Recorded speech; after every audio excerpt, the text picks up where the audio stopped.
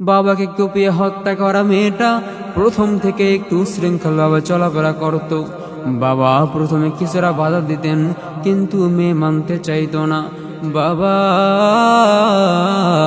আব্দুল সাত্তার ভাবতেন, থাক, মেয়ে তো এখন অনেক বড় হয়েছে, এখন আর কিছু না বলি। এর কিছুদিন পরেই বাবা খেয়াল করেন তার মেয়ে তার আরো দুই বান্ধবীকে তাদের সাভারের ফ্ল্যাট বাসায় সাবলেট থাকার জন্য নিয়ে আসে। আব্দুল সাত্তার প্রথমে কিছু বলেননি, ভেবেছিলেন মেয়ের বান্ধবী হবে, হয়তো বাসায় থাকো, কোনো সমস্যা নেই। আব্দুল সাত্তার তাদের জন্য রুম ছেড়ে দিয়ে নিজে কষ্ট করে ডাইনিং রুমে থাকতেন। মেয়ের বান্ধবীরা ডাইনিং রুমে থাকবেই, এতে মেয়ের মান ইজ্জত নষ্ট হবে, সম্মান নষ্ট হবে। তাই বাবা নিজেই মেয়ের জন্য সে ডাইনিং রুমে থাকতেন, তার নিজের রুম ছেড়ে দিয়ে। মেয়েটাকে অনেক আদর করতেন, তাই মেয়ের কষ্ট সইতে পারতেন না। তার কিছুদিন পর বাবা লক্ষ্য করেন মেয়ে সহ তার ওই দুই বান্ধবী মিলে নেশায় আক্রান্ত হচ্ছে, উগ্র আচরণ করছে। এটা দেখার পর বাবা অনেক কষ্ট পাইলেন। বাবা মেয়েকে বললেন, এই নেশা তুমি ছেড়ে দাও, এসব আর করিও না। সাথে মেয়ের যে বান্ধবী দুইজন সাবলেট বাসায় থাকে তাদেরকে চলে যেতে বললেন। বাবা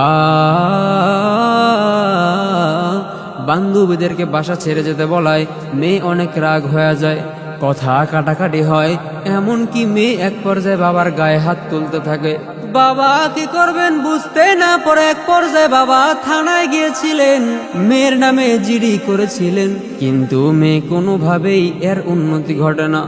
দিন দিন মেয়ে আরো খারাপ হয়ে যাচ্ছে, আরো উগ্র হয়ে যাচ্ছে। বাবা আব্দুল সাত্তারও সীমাহীন কষ্ট নিয়ে ডাইনিং রুমে থেকে দিন পার করতেছেন। এভাবেই আরো কিছুদিন কেটে যায়। বান্ধবীদের সাথে এতটা ঘনিষ্ঠভাবে থাকাটা ধীরে ধীরে সন্দেহ সৃষ্টি করে বাবা আব্দুল সাত্তারের মনে। তিনি এক রাতে মেয়েকে ডাক দিতে গেছিলেন তার রুমের মধ্যে। মেয়েকে যখন ডাক দিতে যান, বাবা আব্দুল সাত্তার ডাইনিং রুমে যাওয়া, ডাইনিং রুম থেকে যখন রুমের মধ্যে গেলেন, বাবা আব্দুল সাত্তার দেখেন তার মেয়ে সহ তার ওই দুই বান্ধবী মিলিয়া সমকামিতায় লিপ্ত হয়ে গেছে। বাবা যখন এই দৃশ্যটা দেখলেন, বাবার চোখ দিয়ে অটোমেটিকলি পানি পড়তে শুরু হয়ে গেল। বাবা আব্দুল সাত্তার অনেক কষ্টবান। এত খারাপ এই মেয়েটা ছেলেদের প্রতি কোনো আকর্ষণ হয় না, আকৃষ্ট হয় না। এই মেয়েটা ছেলে পছন্দ করে না, মেয়ে মিলিয়া সমকামিতায় লিপ্ত হয়ে গেছে। বাবা এত কষ্ট পাইলেন, বাবা মেয়েকে ডাক দিয়া বলে, হে আমার মেয়ে, ইমিডিয়েটলি তোমার যে বান্ধবী আছে ওদেরকে চলে যেতে বলো। বাবা যখন এই কথা বললেন, ওই তার মেয়ে অনেক রাগ হয়ে গেল। বাবা আর তার মধ্যে অনেক কথা কাটাকাটি হইল। বাবা এক পর্যায়ে তার আশেপাশের বন্ধু বান্ধবদেরকে জিজ্ঞেস করলেন, হেল্প চাইলেন। তার আশেপাশে যে বন্ধু বান্ধব কেউ তার হেল্প করলো না, কেউ তার সহযোগিতা করলো না।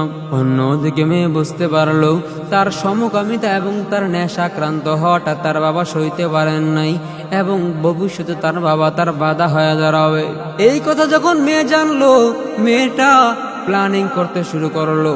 মেয়েটা তার বান্ধবীদের সাথে প্ল্যানিং করিয়া, মেয়েটা সেই প্ল্যানিং মোতাবেক রাত্রেবেলা বাবাকে ঘুমের ওষুধ খাওয়াইয়া, রাত যখন গভীর হয়ে যায়, ভোর যখন 4টা বেজে যায়, বাবা ঘুমের ওষুধ খাওয়ার পর অজ্ঞান হয়ে পড়েন। মেয়েটা ছুরি দিয়া বাবার বিভিন্ন স্থানে কুপায়া বাবারে হত্যা করে দুনিয়া থেকে বিদায় করে দেয়। দুনিয়ার মানুষ, যখন বাবা দুনিয়া থেকে চলে যায়, এই মেয়েটা একটা ধর্ষণের মিথ্যা নাটক সাজায় বাবাকে দেখিয়া, বাবাকে তার ভিডিওর সামনে আনিয়া, এমনকি হত্যা করার ওই ভিডিওতে মেয়েটা সবাইকে উদ্দেশ্য করে বলে, জনগণই যেন তাকে সাপোর্ট করে জামিনের ব্যবস্থা করে নেয়, কেননা তার উদ্দেশ্য ছিল তার খারাপ বাবাটাকে দুনিয়া থেকে চলে যাওয়া, সরাইয়া দেওয়া। এর আগে 2023 সালেও বাবার নামে ধর্ষণের মিথ্যা মামলা করেছিল এই মেয়েটা। আদালত উপযুক্ত কোনো প্রমাণ না পেয়ে বাবাকে জামিনে ছেড়ে দিয়েছিলেন।